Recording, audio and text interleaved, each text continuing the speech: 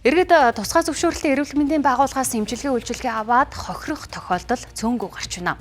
Үүнд нийслэлийн эрүүл мэндийн газраас хяналт тавьж тусгай зөвшөөрөл олгодог. Гэвч тус байгууллага тусгай зөвшөөрөл олгохдоо авилгал авдаг гэх асуудал хөндөгдөж байна.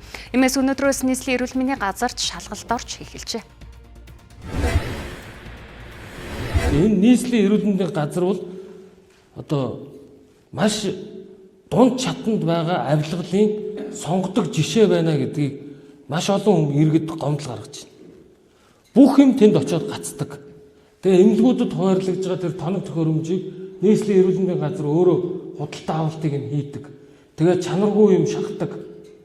Тэгээ дээр нь хүнд суртал үүсгдэг.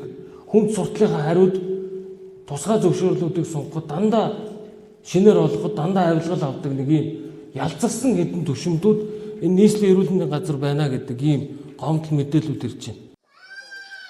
Нийслэлийн эрүүл мэндийн газрын дарга өнгөрсөн 2 дугаар сард шинээр томилогдсон. Түүнээс цаашаа хэрхэн ажиллахаар төлөвлөж байгаа талаар мэдээлэл авах холбогдсон боловч мэдээлэх боломжгүй гэлээ. Харин эрүүл мэндийн сайдын 2 дугаар сарын 10-ны өдрийн А40 тоод тушаалаар эрүүл мэндийн тусгай зөвшөөрөл олгохтой холбогдсон бүх журмуудыг хүчингүй болгосон. Зангиснээр тусгай зөвшөөрөл өмнө нь 2-оос 3 үе шаттай явагддаг байсан бол одоо 1 үе шаттай болж өөрчлөгдсөн гэлээ.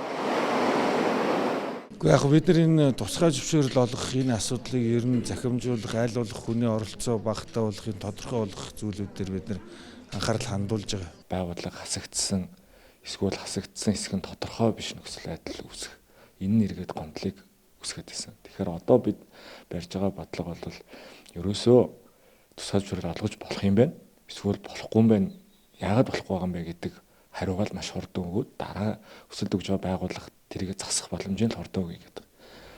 Өгөх бол хурдан өгье, өгөхгүй бол өгөхгүй гэдэг хурдан шийдвэр хурдан танилцуулаа. Ингэх болохоор л нөгөө саяны таны хэлдэгчлэн хардталтай энэ шиг сонирхол байгаад байгаа юм шүү. Яагаад удаашраад байна?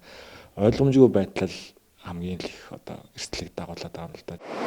За 1 сард ойролцоогоор 50-аас 60 эрүүл мэндийн байгууллагын тусгай зөвшөөрлийн хүсэлт ирдэг байна. Салбарын зөвшөөрлийг журмаар зохицуулан ажлын 48 өдөрт олгодог байсныг болиулж хуульд нийцүүлэн ажлын 22 өдөр болгосон байна.